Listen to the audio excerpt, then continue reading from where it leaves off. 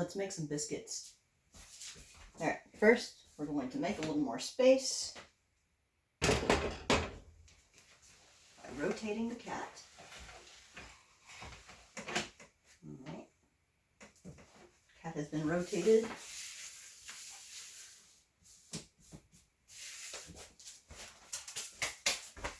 It's mostly clean. Get a bowl.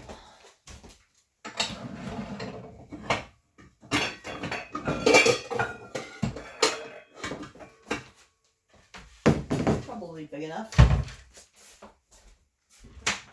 Some flour. You can use all-purpose flour, or you can use self-rising flour. If you use the self-rising flour, you don't need baking soda. If you use the all-purpose flour, you need some baking soda. I have more all-purpose flour, so I'm going to use that.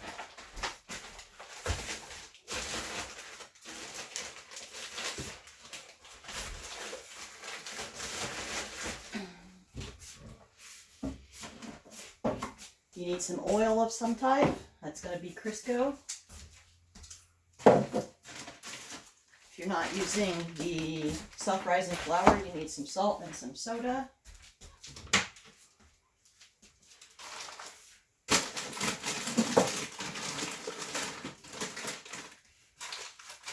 I know I have baking soda somewhere.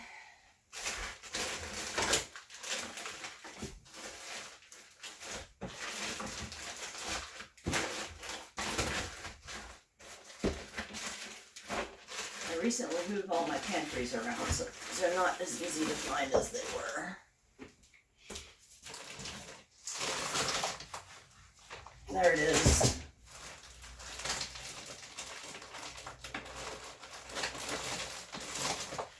I have a huge stack of dried beans.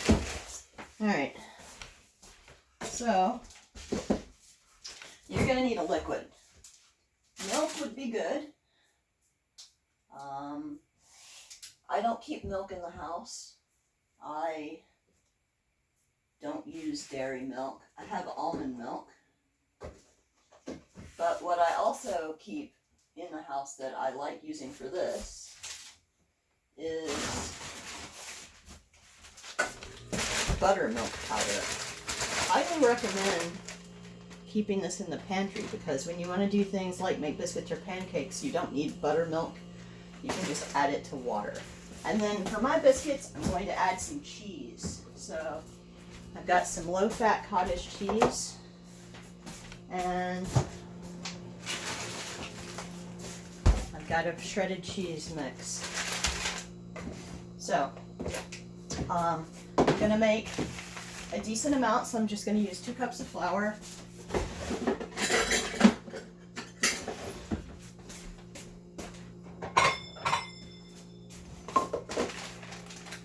You know what? Let's be responsible and put a little whole wheat flour in there. It won't hurt anything.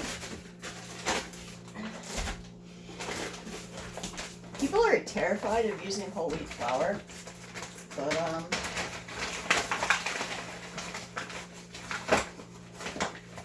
King Arthur flour makes a white wheat flour. This is the golden wheat flour. It's more a traditional wheat flour. So I'm going to put like roughly half a cup of whole wheat flour. And then I'm just going to use 2 total cups of flour. So I put like a cup and a half of all-purpose bleach flour in there too.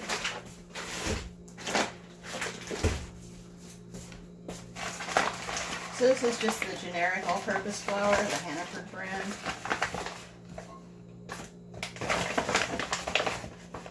So like a half and a cup. That's a good amount.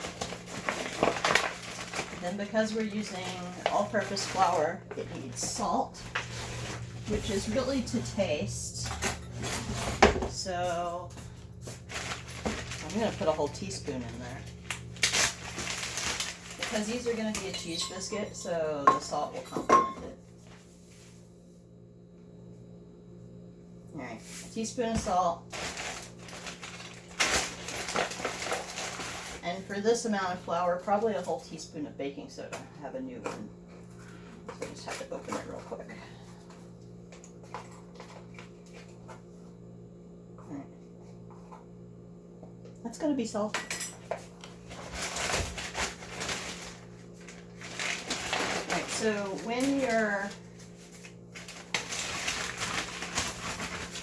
putting the buttermilk powder into something, you can reconstitute it into buttermilk in a separate container. And you can just also add the right ratio to the dry ingredients first, and that's a lot easier. So for this buttermilk powder, if you read the package,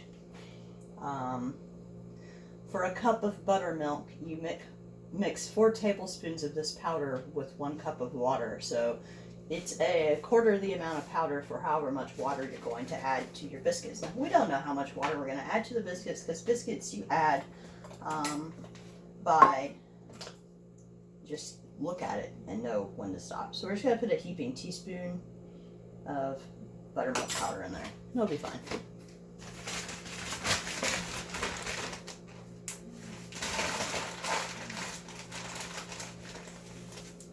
Put that back in the fridge. It doesn't have to be refrigerated, I don't think, but I think it keeps longer that way. All right, so we're just going to mix these dry ingredients together until they're all pretty well mixed. And when you put that wheat flour in there, you can really tell when it's completely blended, because you can see that when it's not. All right. So then,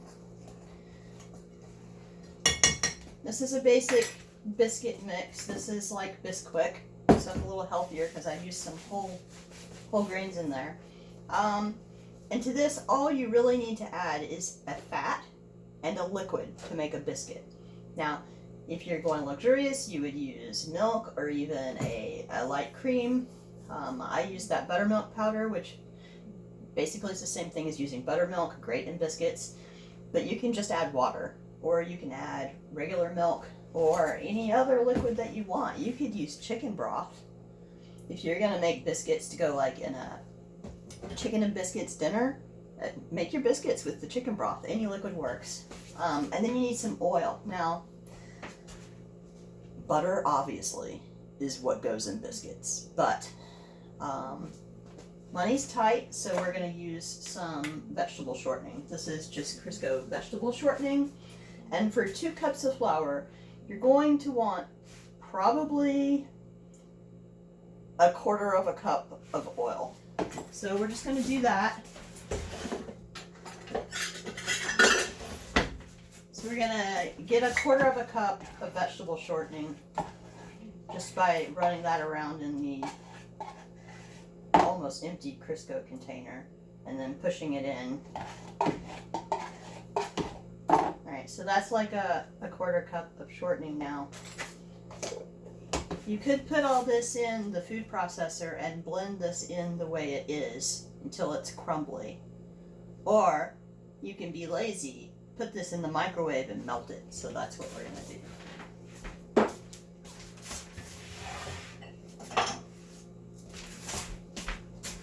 Obviously not in a metal cup. I'm going to transfer it over to a microwavable ramekin. And then when you're microwaving something that's a small volume, it's always good to put a larger amount of just plain water in the microwave. So this is my little tip for not killing your microwave, because I've killed a couple of microwaves. If you're gonna melt butter or shortening, also put some water in the microwave.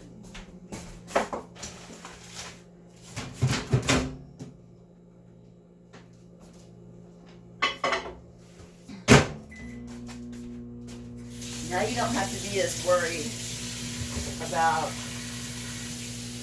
watching it, because it's going to take a little bit longer, and it's not at risk of making art in your microwave from not having enough volume in there, because there's more in the microwave. I don't really know how microwaves work. I just know I've blown them up by putting too little in them. So I put that in for a minute and I'm pretty sure it will be melted. So the other thing that I'm going to put in these biscuits is some low-fat cottage cheese. And that can just go in anytime.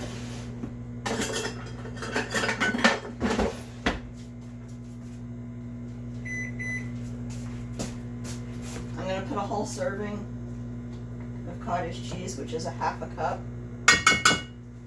And we won't need as much liquid since we're adding that. And then I'm also going to put some shredded cheese.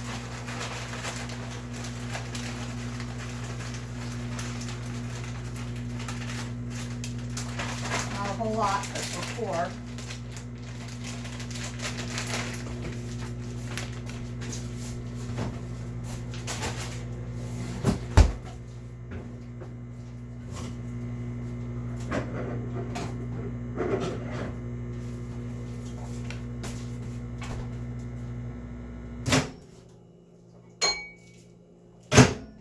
That's like half melted. That's good enough.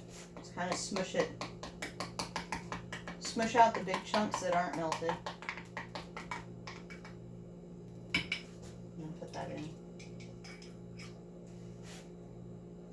Alright, and now we get a little water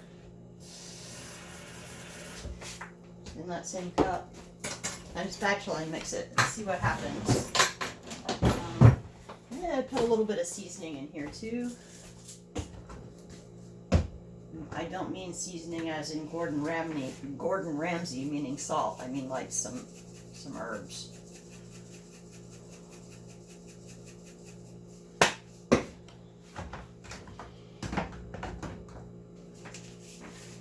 Just put whatever you think tastes good in it. Whatever you like. Like it's spicy, put a little bit of cayenne in there.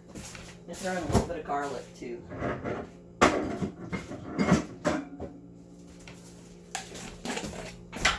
little bit of garlic.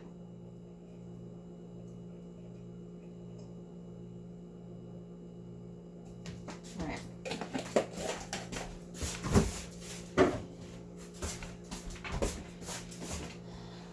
A little bit of water. We know we're going to need some water. Might as well start adding a little bit from the get-go.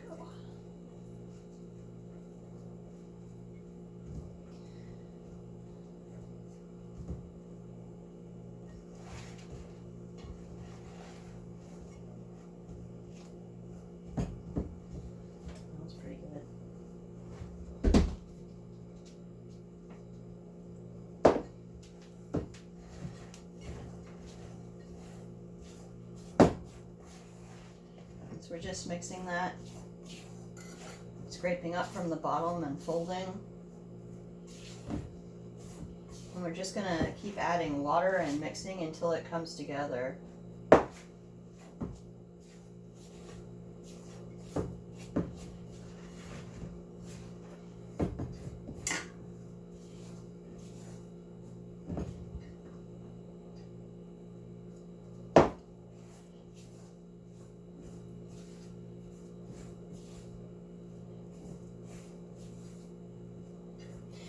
If you wanted to make a drop biscuit, you would add a little more water. If you want to make a roll biscuit, you add a little less water. If you're aiming to make roll biscuits and you add too much water, you can just switch to calling them drop biscuits, or you can add a little bit more flour. Alright, and see how that's kind of coming together, sticking? Just as soon as it does that, you're good.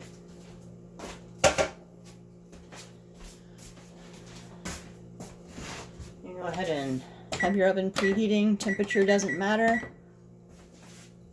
Not really. It really doesn't matter much. I put it on 325. 350 would be reasonable. 375 would be reasonable. 400 would probably be fine.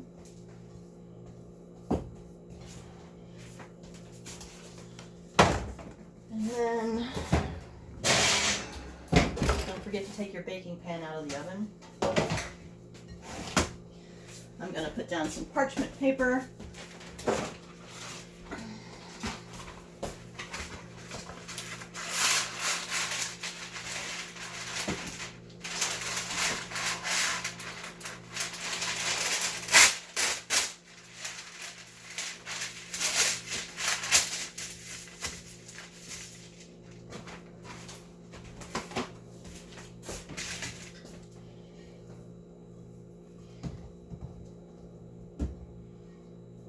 just going to roughly form some biscuits. Biscuit. Now, biscuits can be put on the baking tray in one of two ways, and neither's wrong. I'm from the South. I've made a lot of biscuits. It's a personal preference. You can make your biscuits where they don't touch, and you'll end up with a round biscuit with a crust all the way around. Or you can make your biscuits where they do touch, and there'll just be a little seam, and then the edges are all fluffy and soft. Like I said, neither method is wrong. Personal preference.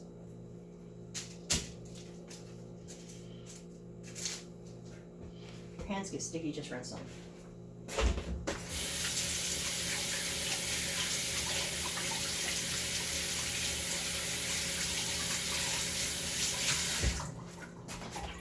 Shake some of your water off. Keep going.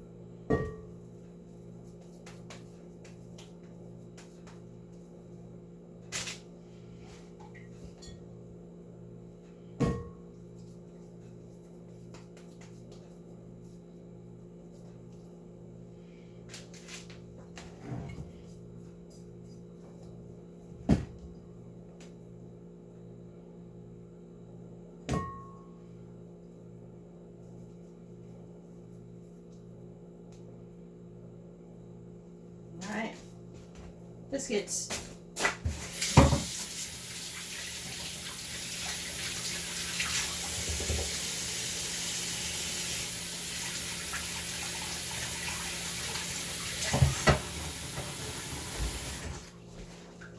Alright, so as you see, I have arranged mine so that they are close,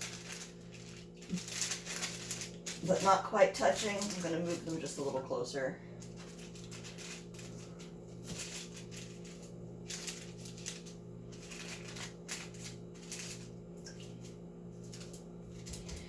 Try to push the creases out of a couple of them and flatten them a little bit, but again, it's just kind of preference. And I'm going to put those in the oven as soon as the oven preheats, and I'll show you when they come out as a photo in the comments.